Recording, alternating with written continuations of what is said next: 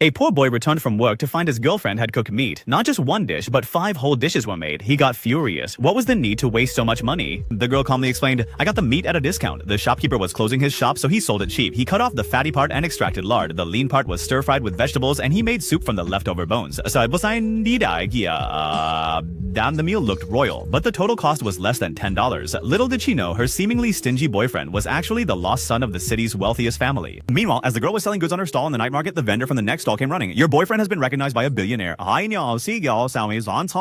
They took him home. The news that should have made her happy instead filled her heart with a strange sense of fear. For many days, her boyfriend hadn't even messaged her. She remembered when he came to woo her, he'd visit her stall daily. When he couldn't pay his graduate school fees, she gave him all her savings. To save money, she always bought discounted vegetables, but to ensure he got full nutrition, she'd make a whole meal from just one piece of meat. He had promised, one day, I'll give you a very good life. The vendor nearby said, men change. As soon as they get money. The girl insisted, he's different. Just then, she looked up and her boyfriend was standing in front of her. She was filled with joy, but saw he was still in old clothes. She wondered, how could he look like an heir to a billionaire? The boy said, we appear rich from the outside, but in reality, we're drowning in millions of bank debts. He was packing his bags to go live with his newly found parents. The girl asked, you'll come back, won't you? He did not give a clear answer. He only said, I want to spend some time with my birth parents. She sensed a distance in his words. That night, they lay on the same bed, but like strangers, they who once breathed each other's air, now an invisible wall stood between them.